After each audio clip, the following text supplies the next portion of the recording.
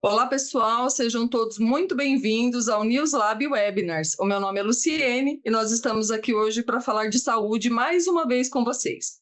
O nosso convidado de hoje é o Dr. Renan Domingues. O Dr. Renan é médico formado pela Federal de Uberlândia e todas essas outras formações que vocês podem ver aqui na nossa tela. O Dr. Renan hoje vai falar um pouco com a gente sobre as novas tecnologias no diagnóstico da doença de Alzheimer. Dr. Renan, seja muito bem-vindo a este canal, né? O Dr. Renan já escreve junto com a equipe do CN Licor na revista NewsLab. Você aí pode acompanhar a coluna, né, bimestral lá na nossa revista. Muito obrigado por participar aqui deste outro canal da NewsLab, trazer aqui mais um pouco de conhecimento nesse outro formato aqui de vídeo e deixar essa aula aqui que eu tenho certeza que vai ser sensacional para todos nós. Muito obrigado, Luciene. Obrigado pela parceria aí com a NewsLab, que é uma parceria muito importante para nós, né, do CN Licor, porque é também uma forma e um canal da gente divulgar os avanços em relação à utilização desse fluido que é tão importante no diagnóstico de afecções do sistema nervoso central e periférico. E hoje o assunto é sobre uma condição que é extremamente relevante e é um tema que está na ordem do dia. A doença de Alzheimer é a doença neurodegenerativa mais comum que existe e com o envelhecimento da população, de fato, o que acontece é um aumento progressivo do número de casos, e isso traz grandes desafios. Traz desafios que se colocam aí para o sistema de saúde e todos aqueles que trabalham em alguma parte desse sistema, seja na questão do diagnóstico, seja na questão do cuidado, seja na questão do tratamento das terapias propriamente ditas. Então, antes de prosseguir, vou trazer aqui alguns conceitos que são importantes para a gente entender como nós estamos hoje em termos de diagnóstico, quais são as novidades relacionadas ao diagnóstico dessa doença. Então, a doença de Alzheimer, como todos nós sabemos, ela é uma das causas de demência. Então, o conjunto de sintomas que caracteriza a doença de Alzheimer é a demência, que é marcada, então, por uma redução, um declínio da cognição, afetando funções como memória, linguagem, funções executivas, atenção. E isso traz um comprometimento funcional, interfere na capacidade da pessoa funcionar adequadamente no dia a dia, trazendo uma redução da independência. Então, as pessoas que têm um quadro demencial, elas tendem a demandar a atenção, seja de familiares ou de cuidadores, para que ela realize aí as funções do dia a dia, desde as coisas mais básicas. Mas a doença de Alzheimer e as demências em geral, elas não se apresentam dessa forma de imediato. Então, é um processo, é um contínuo, onde a perda das funções cognitivas ela passa por estágios, como o comprometimento cognitivo leve, e nessa condição, quando os pacientes, as pessoas são testadas objetivamente, através de testes cognitivos, há uma alteração, há uma redução. Mas são indivíduos que têm uma ligeira redução da memória, mas que conseguem ainda manter a sua funcionalidade, muitas vezes até continuam trabalhando com um desempenho inferior, mas eles ainda não apresentam um nível de dependência para as suas funções do dia a dia.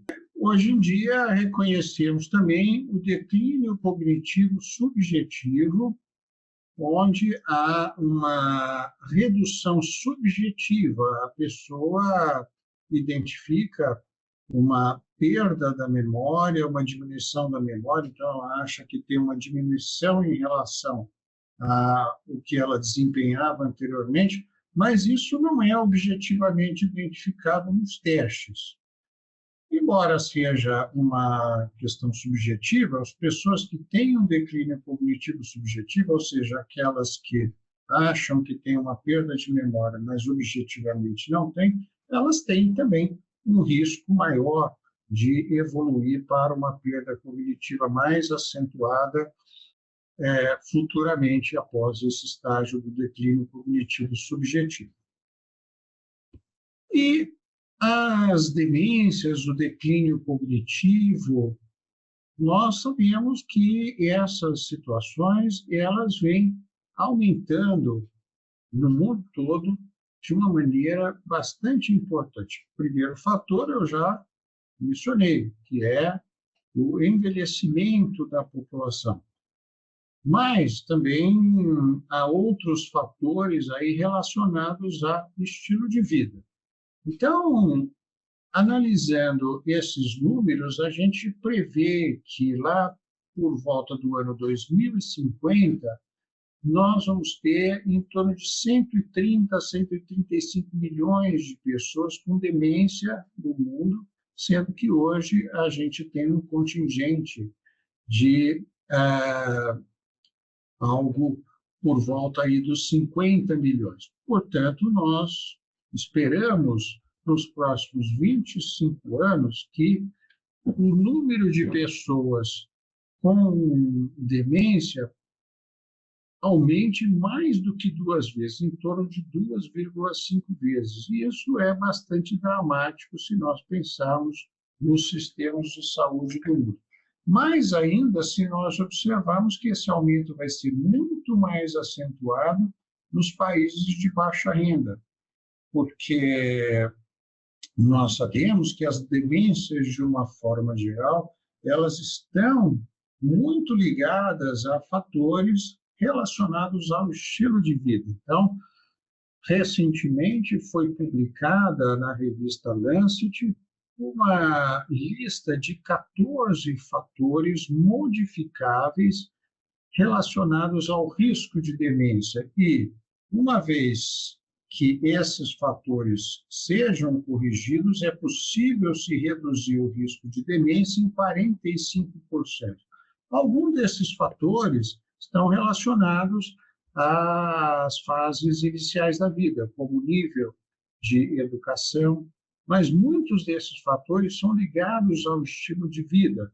Por exemplo, o sedentarismo aumenta o risco de demência, distúrbios na saúde como um todo, então hipertensão arterial, diabetes, tabagismo, obesidade e vários outros, consumo excessivo de álcool. E na medida inversa, quando esses fatores são corrigidos ou são prevenidos, o que é muito melhor, aí a gente tem uma redução da chance de uma pessoa evoluir com demência. Então, os países de baixa renda como o nosso certamente vão ser os mais afetados por esse crescimento quase que exponencial do número de pessoas com demência.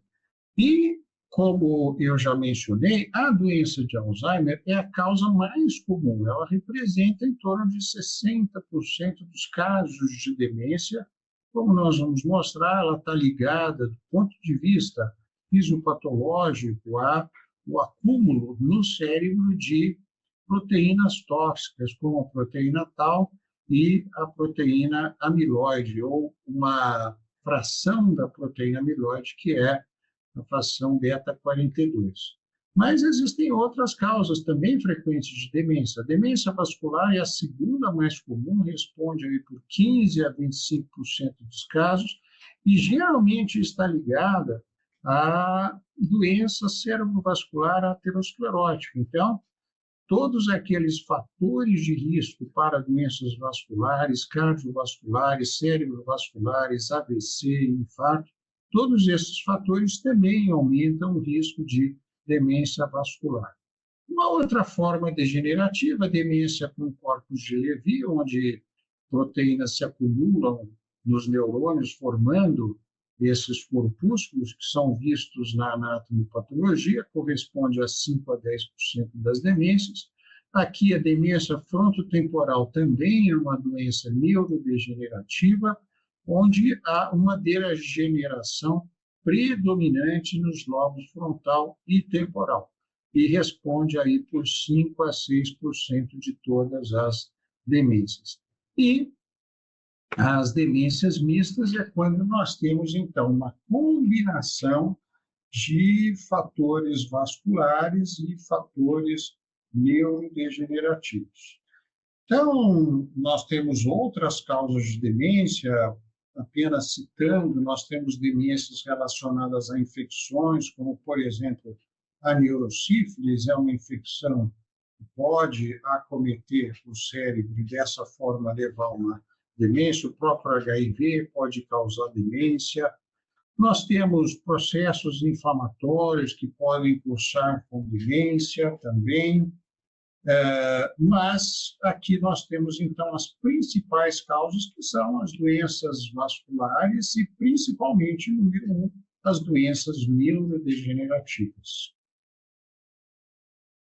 Agora, falando especificamente da doença de Alzheimer, nós mencionamos que nessa doença existe um acúmulo patológico de proteínas no interstício cerebral, e no interstício, então, nós temos a formação das placas amiloide. Então, aqui nós temos o acúmulo dessas placas entre os neurônios. Então, aqui o que nós temos como componente? Nós temos a proteína beta-amiloide 1,42, e dentro dos neurônios nós temos a formação de emaranhados neurofibrilares, que são formados por proteína tau. Então, a proteína tau, na sua forma fosforilada, ela se acumula, forma esses emaranhados, e uma vez que isso acontece, há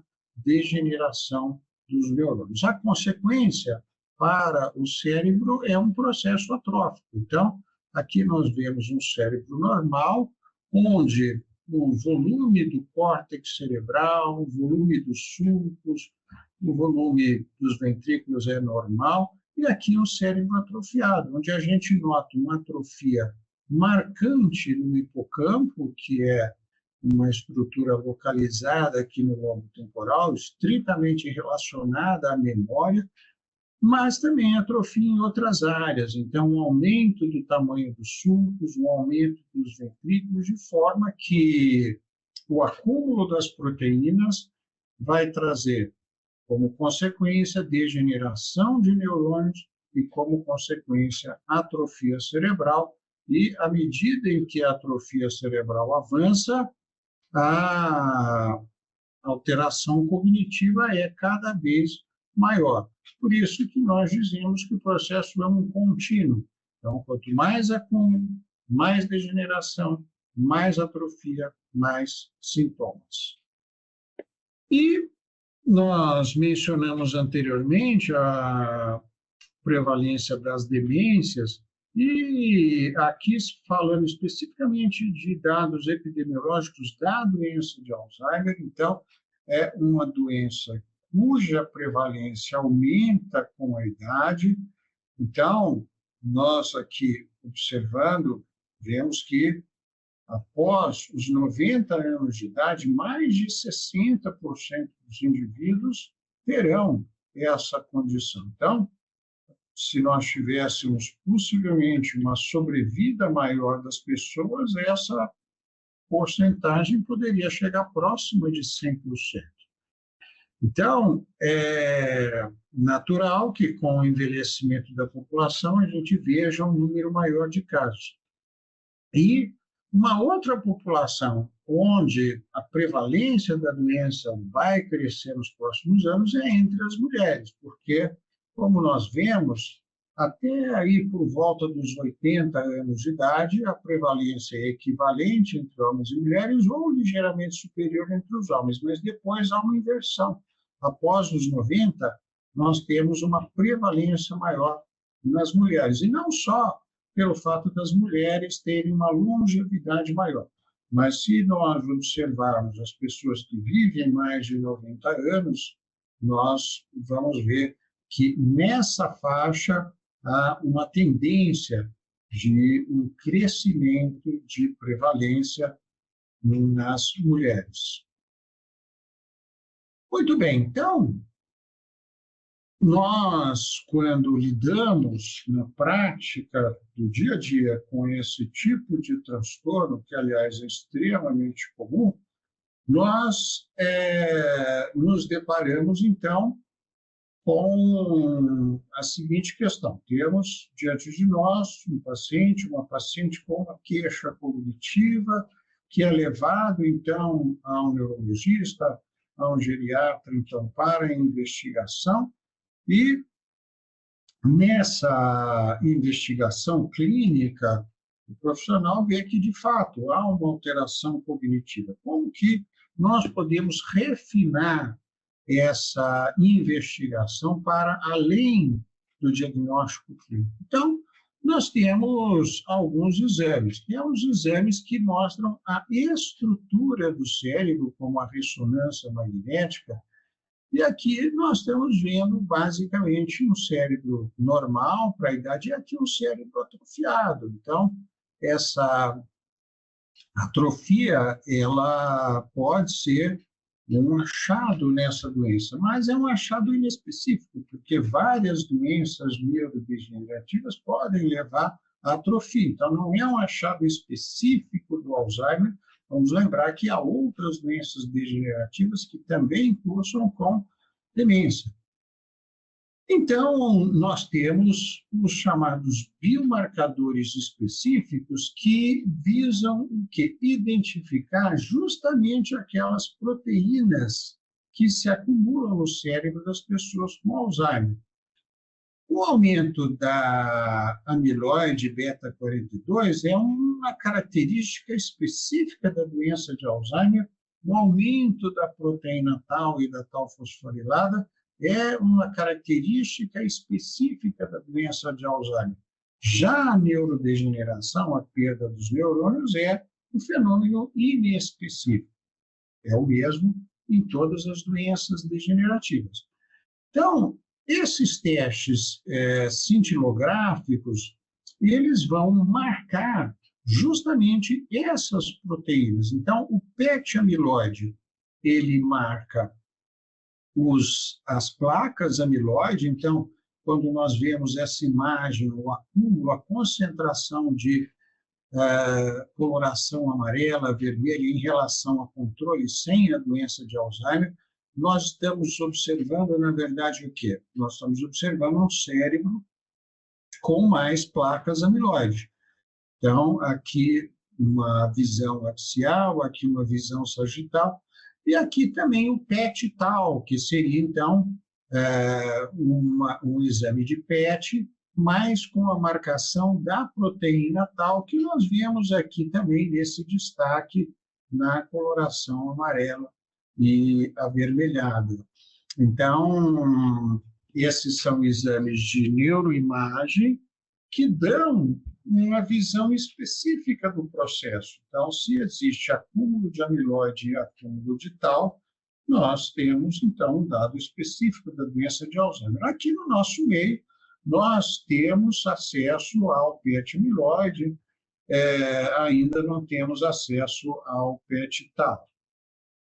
E nós contamos também com biomarcadores laboratoriais. Então, esse vai ser o foco principal da nossa fala daqui em diante. Então, o que acontece? Então, nós temos as placas amiloide com um acúmulo de proteína beta-amiloide 42. Quando nós dosamos essa proteína no líquor, ela vai estar reduzida. Então, é como se essa proteína ela se acumulasse no interstício cerebral entre as células e, por conta desse acúmulo, ela acaba sendo reduzida no líquor. Então, o primeiro achado laboratorial na doença de Alzheimer é a redução da fração beta-42 da proteína amiloide. Agora, nós temos também os emaranhados, né, neurofibrilares dentro das células. E aí o que vai acontecer? Quando eles se acumulam, a célula rompe. Então, o que acontece com a proteína tau é o contrário. Você tem um aumento dessa proteína que cai no interstício e cai no líquor também. Consequentemente, eu terei um aumento da tau total, um aumento da tau fosforilada. E nós chamamos isso, então, de assinatura do Alzheimer, quando nós temos uma redução da beta-42, um aumento da tau e da tau fosforilada.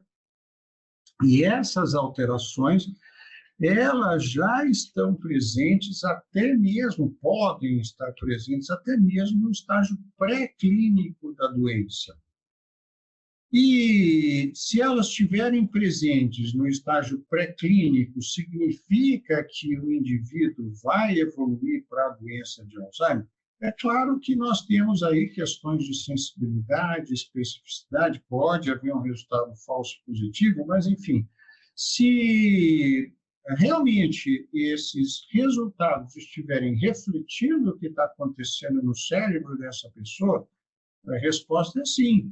Se eu estou tendo esse acúmulo excessivo de beta-amiloide 42 no interstício, reduzindo no líquor, e de tau e tau fosforilada, então eu tenho um processo patológico em curso.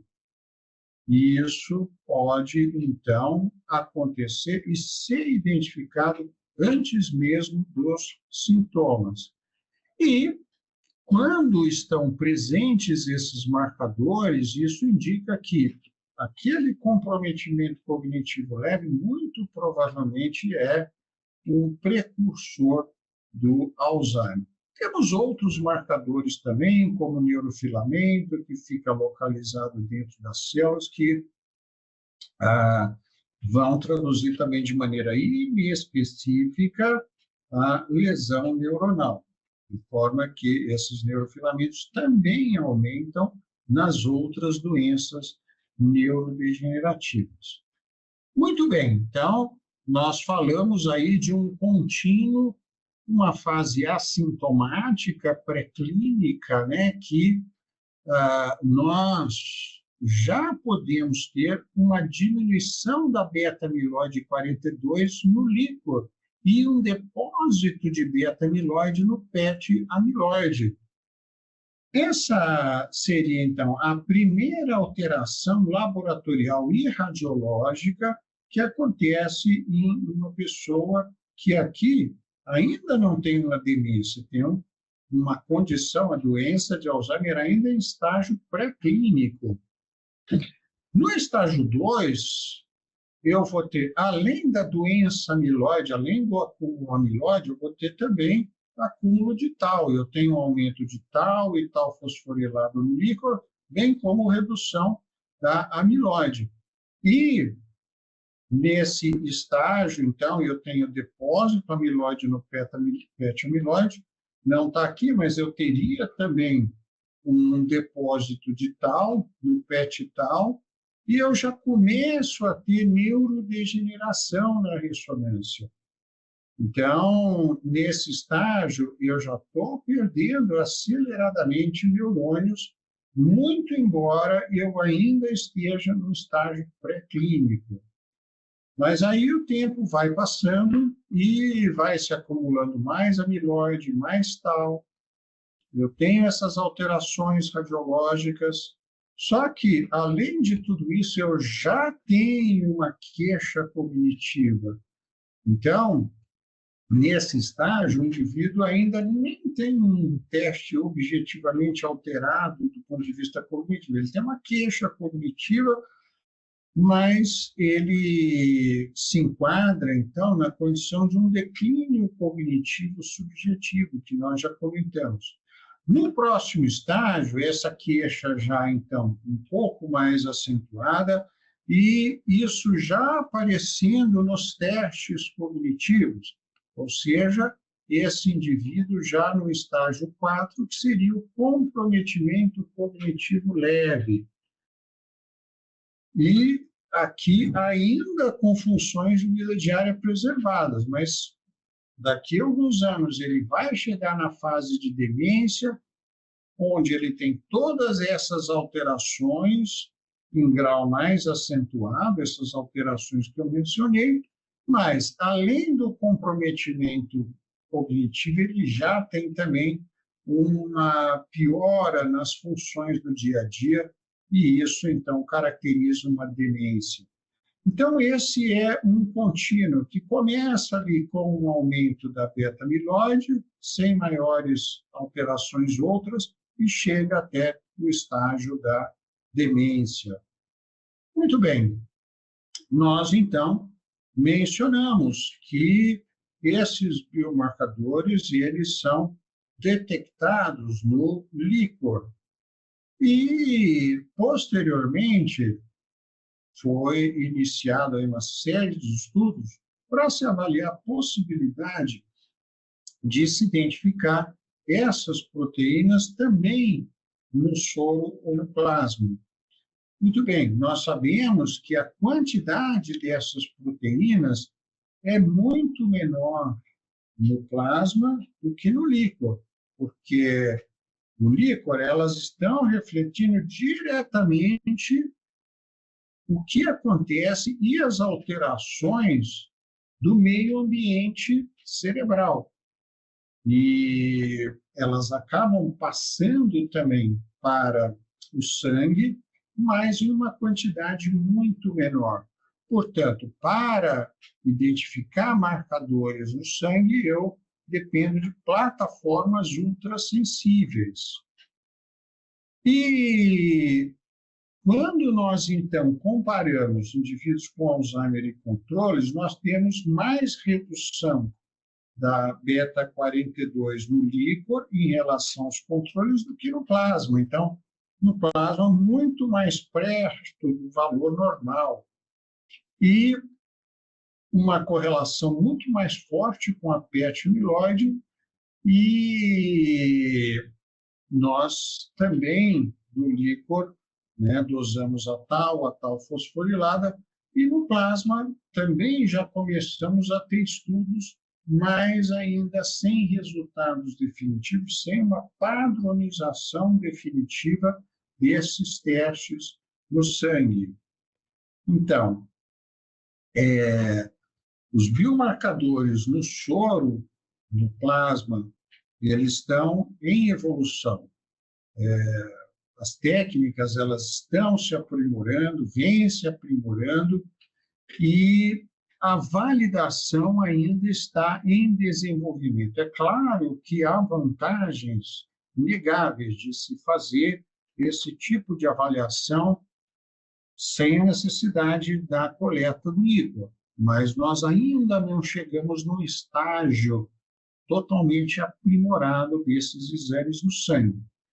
Então, no sangue, o que nós temos? Temos métodos baseados na beta-amiloide.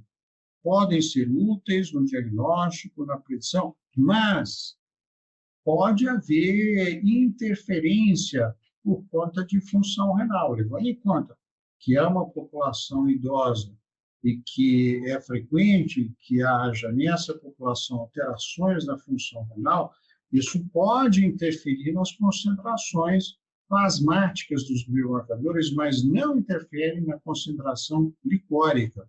Por isso, ainda não temos uma aprovação regulatória. Os marcadores de tau parecem ser mais promissores no sangue do que os marcadores amiloide. Então, os exames que nós dispomos são para avaliar diferentes isoformas de tal fosforilada. Então, a tal fosforilada 181, 231 e 217, sendo que a dosagem da isoforma fosforilada 217 parece ser a mais robusta, a mais promissora no sangue. Tem estudos mostrando que um aumento da tal fosforilada 217 no sangue pode acontecer muitos anos antes do início da doença. Então, esse é o marcador mais sensível no sangue, mas volto a dizer, nós não temos ainda uma aprovação regulatória desses marcadores no sangue, embora eles já estejam sendo disponibilizados, precisamos ter isso em mente na hora de avaliar esses exames.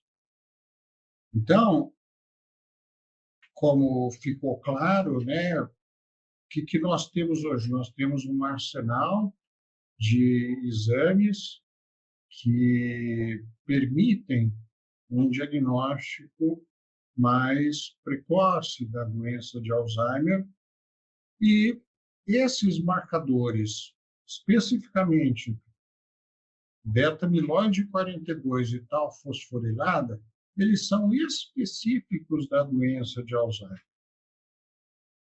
Então, uma vez alterados, eles servem para afastar outros processos patológicos, então eles ajudam no diagnóstico diferencial do processo demencial. Segundo, ele ajuda, ou esses testes nos ajudam a dizer se um comprometimento cognitivo leve, ele já é parte daquele contínuo da doença de Alzheimer, ou se ele pode ser atribuído a alguma outra condição. Muitas vezes, até mesmo processos reversíveis, como um quadro depressivo mais grave, podem ter sintomas cognitivos e se confundir com um comprometimento cognitivo leve da doença de Alzheimer. E também identificar o risco de desenvolver a doença de Alzheimer em indivíduos com declínio cognitivo subjetivo. Agora, especificamente essa última questão leva a uma outra. Será que o fato de nós termos esses exames para identificar na fase pré-clínica a doença de Alzheimer significa que nós devemos indicar a realização desse exame? Muito bem. Então, aqui nós temos várias considerações a serem levadas em conta. Primeiro, nós não temos nenhum ganho identificando de forma pré-clínica a doença de Alzheimer. Por quê? Nós não temos nenhum tratamento farmacológico até o momento que seja eficaz para prevenir a evolução para a doença de Alzheimer. Segundo, as medidas preventivas que são conhecidas, os fatores que sabidamente reduzem o risco de desenvolver Alzheimer, não são medidas de estilo de vida que devam ser restritas às pessoas que têm uma alteração pré-clínica nos seus exames laboratoriais. Até porque nós estamos falando de atividade física, nós estamos falando de ajuste dos horários de sono, redução do estresse, alimentação adequada, não fumar e não consumir álcool em excesso. Portanto, são fatores que reduzem, sim, o risco de demência, mas reduzem o risco também de uma série de outras condições, inclusive doenças cardiovasculares e AVC. Portanto, hoje em dia, nós temos, não temos nenhuma vantagem objetiva de se identificar pré-clinicamente se uma pessoa pode ou não vir a ter Alzheimer, até porque esses exames, evidentemente, eles podem ter resultados falso positivos e falso negativos. Agora, existe algo que está em curso. Então, hoje em dia, a indústria farmacêutica está buscando desenvolver tratamentos para reverter o processo patológico. Então, se nós temos aí como primeiro estágio do processo patológico o acúmulo da amiloide 42, nós temos hoje estudos com anticorpos monoclonais anti-beta-amiloide 42. Então, esse é um medicamento que encontra-se aprovado nos Estados Unidos, embora uma aprovação bastante discutível, não aprovado na Europa, e que há firme intenção de se trazer para o Brasil. Muito bem. Em relação à sua proposta no nível patológico, parece que é um medicamento que funciona. Então, aqui a gente está vendo o acúmulo de amiloide no cérebro de pessoas com Alzheimer, e com um tratamento parece haver uma redução desse acúmulo, diferente do que acontece com o placebo. Muito bem. Então, nós poderíamos imaginar que isso vai se traduzir numa melhora clínica significativa dos pacientes. Infelizmente, não é isso que os estudos clínicos têm mostrado. Então, o que nós vemos aqui é o declínio da função cognitiva ao longo do tempo, aqui em semanas, utilizando placebo na linha de baixo e na linha de cima utilizando o donanemab, que é uma dessas substâncias em fase de teste. E o que se observa? Uma redução bastante sutil do declínio cognitivo, de 35% ao longo de 76 semanas. Então, não estaciona a doença, não melhora a doença, e a redução do declínio, embora estatisticamente seja significativa, pouco significado vai ter na vida desses pacientes. Portanto, é um tratamento que talvez chegue no nosso meio a partir desse ano, do ano que vem, mas, infelizmente, não podemos esperar muito desses resultados. Portanto, não é um tratamento para pessoas assintomáticas, ele só foi testado em pessoas com sintomas leves da doença, e, nesse caso, a utilização do monoclonal está condicionada à presença dos anticorpos, ou melhor, dos biomarcadores. Então, somente pacientes que têm o diagnóstico confirmado por biomarcadores que seriam elegíveis para o uso desses anticorpos. Então, essa é uma questão que vai, sem dúvida nenhuma, ganhar muito destaque, mas o que podemos dizer, concluindo, é que ainda estamos muito longe de uma boa solução terapêutica. Nós avançamos muito do ponto de vista diagnóstico, continuamos avançando, inclusive nos biomarcadores no sangue, mas ainda os glicóricos são mais robustos, mas, do ponto de vista terapêutico, nós não temos um avanço correspondente, portanto, é um problema que vamos enfrentar nos próximos anos, um número crescente de pessoas com esse tipo de condição. Então, eram essas as colocações que eu queria fazer.